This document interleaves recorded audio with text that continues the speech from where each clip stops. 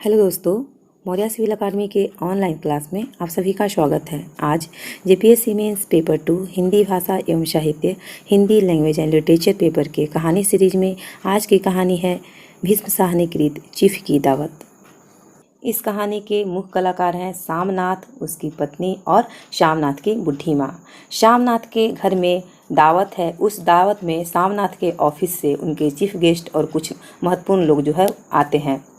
शामनाथ के जो घर में दावत है, उस दावत में किसी प्रकार का विघ्न न हो, इसलिए शामनाथ जो है बहुत चिंतित हैं वो अपनी माँ को लेकर कि वो अपनी माँ को कहाँ रखें, कहाँ शिफ्ट करें, क्योंकि उनकी माँ एक तरह से बुढ़ी भी हो गई है और जब सोती है तो खराटे आता है। वो जो है वो परेशान है इस बात को लेकर। तो कहीं ना कहीं कहा जाए तो जब जो माँ है अपने बच्चे को जन्म देती है और बच्चे को पालने में, उसकी इच्छाएं को पूरा करने में माँ खुद जो है अपनी सारी इच्छाएं आकांक्षाओं को मार देती है, ख़त्म कर देती है। वो सारे अपने सपने को जो है वो अधूरा छोड़ के अपने बच्चे की तरक्की के लिए, उसे पढ़ाने लिखाने के लिए अपने गहने और अपने घर तक को बेच देती है, कितने कष्ट को झेलती है। लेकिन जब वो माँ बुढ़ी हो जाती है तो अपने बच्चे पर जो है बोझ बन जाती है और उसमें जो है वो वृद्ध होने पर, माँ के वृद्ध होने पर बच्चे जो हैं उसके रूप से भी नफरत करने लगते हैं। फिर भी माँ जो है अपने अंतिम सांस तक जो है अपने बच्चे, अपने संतान की तरक्की के लिए, उसकी खुशी के लिए अपने जीवन तक जो है वो निछावर कर देती हैं। कहीं ना कहीं इस कहानी में भी यही दृश्य जो है वो देखने को मिलता है। तो आइए पढ़ते हैं आज की कहानी चीफ की दावत। चीफ की दावत कहानी का सारांश है। आज मिस्टर शामनाथ के यहाँ चीफ की दावत थी। पति पत्नी दोनों बहुत व्यस्त थे। शाम के 5 बजते बजते दोनों की तैयारियां जो है वो लगभग पूरी हो गई। पीने का प्रबंध बैठक में किया गया। सभी फालतू सामान को अलमीरा के पीछे पलंग के नीचे जो है वो छिपा दिया गया। तभी शामनाथ जी को ध्यान आया कि माँ का क्या होगा। श्रीमती ने इस बारे में बात करने पर कुछ देर सोचने के बाद उन्होंने माँ को उनकी पिछवाड़ी में रहने वाली सहेली के घर में भेजने की सलाह दी, पर शामनाथ जी को यह सुझाव पसंद न आया। अंत में उन्होंने पत्नी से कहा कि माँ को 8 बजे से पहले खाना खाकर अपनी कोठरी में चले जाने के लिए कहे। पत्नी को पति का सुझाव जो है पसंद आया, परंतु माँ के खराटे की याद आ गई। उसने पति को बताया कि उसकी कोठरी के साथ ही तो बरामदा है जहाँ लोग खाना खाएंगे, उन्हें माँ के खराटे की आवाज़ अवश्य सुनाई देगी। शामनाथ बोले कि ऐसी स्थिति में माँ से कह देंगे कि वह दरवाज़ा अंदर से बंद कर ले और माँ बाहर से ताला जो है वो मैं जो है बाहर से ताला लगा दूंगा, या माँ से कह दूंगा कि अंदर जाकर सोए नहीं, बैठी रहे। वो अंदर जाकर रूम में जो है वो माँ सोए नहीं, वो बैठी रहे। और जो सो गई तो मतलब क्वेश्चन करते हैं लोग कि अगर वो सो गई तो डिनर का क्या मालूम, कब तक चलेगा। पत्नी की ऐसा कहने पर शामनाथ कुछ खिंच गए और हाथ झटकते हुए बोले कि अच्छी भली भाई के पास जा रही थी, मतलब अपनी माँ के बारे में बोलते हैं, ये अच्छी भली अपनी माँ के भाई के पास जा रही थी, अच्छा बनने के चक्कर में तुमने इसे बीच में टांग अड़ा कर इसे रोक लिया। सहसा शामनाथ को एक उपाय सूझा कि वह सीधे माँ की कोठरी के बाहर जो है वो जा खड़े हुए।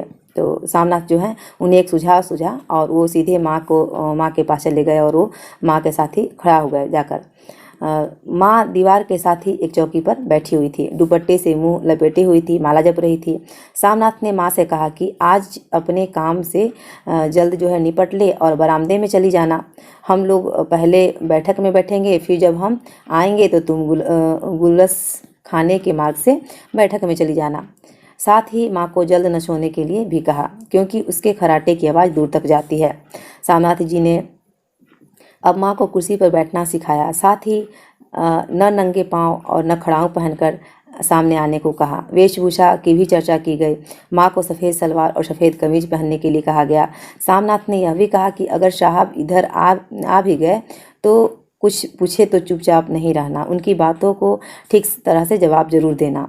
और उन्होंने माँ को कुछ चूड़ियाँ पहनने के लिए भी कहा। माँ के चूड़ियाँ पहनने के कहने पर माँ बोलती है कि यह चूड़ी जो है तुम्हारी पढ़ाई में बिक गई। शामनाथ चिढ़ जाते हैं और बोले कि जितना दिया था उससे ज़्यादा दुगना जो है मैं लौटा दूंगा।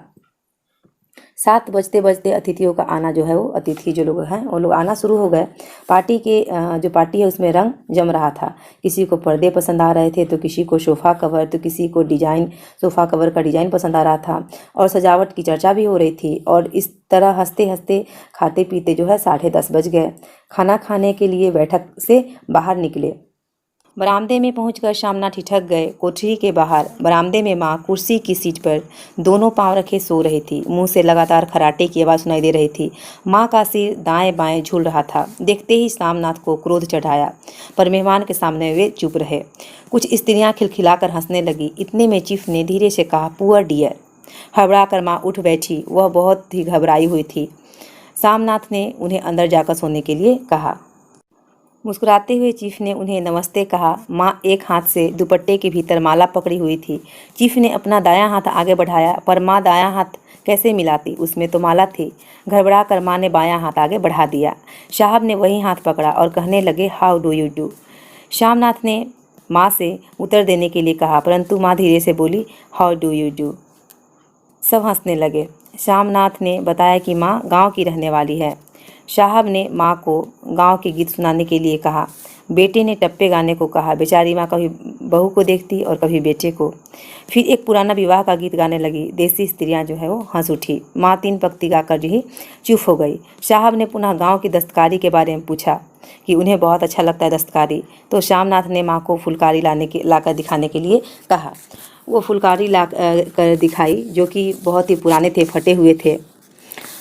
जब चीफ जो है उस फुलकारी को मांगते हैं तो शामनाथ बोलते हैं कि माँ जो है वो नया फुलकारी बना के दे देगी। इस पर माँ बोलती है कि मेरी नज़र जो है वो कमज़ोर हो गई है, अब कहाँ से बनेंगे। तभी बीच में बात को काटते हुए शामनाथ बोलते हैं कि ठीक है, माँ अवश्य बना देगी आपके लिए फुलकारी। वो जो है चीफ जो है वो खुश होकर जो है चले जाते हैं। सारे मेहमान जो जब चले गए तब शामनाथ जो है अपनी माँ को आलिंगन में भर लेते हैं और बहुत खुश होते हैं कि माँ आज चीफ जो है वो खुश होकर गए हैं हमारे यहाँ से।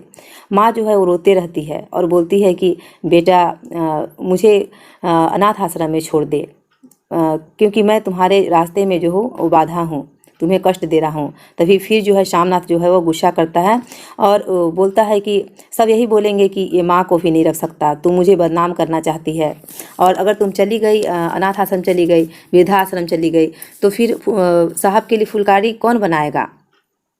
इसी बीच वो बोलता है कि माँ जो है वो बहुत साहब जो है बहुत खुश हैं, वो हमारी नौकरी है उसमें तरक्की देंगे। तरक्की की बात सुनकर माँ की आंखें जो है वो भर आती है और चमक उठती है, और फिर वो वहाँ रहने पर जो है वो राजी हो जाती है अपने घर में, और बोलती है कि अगर तुम्हारी तरक्की है इसमें तो मैं फुलकारी अवश्य बनाऊंगी। और फिर इसके बाद जो है इस वार्तालाप के बाद जो है माँ बेटा जो है अपने जगह पर सोने जाते हैं, चले जाते हैं। तो ये कहानी जो है इस प्रकार जो कंप्लीट होती है, चीफ की दावत कहानी का शीर्षक। नेक्स्ट पार्ट में देखेंगे इसके शीर्षक की सार्थकता, उद्देश्य और प्रेरक तथ्य। तो thank you, thanks a lot for watching.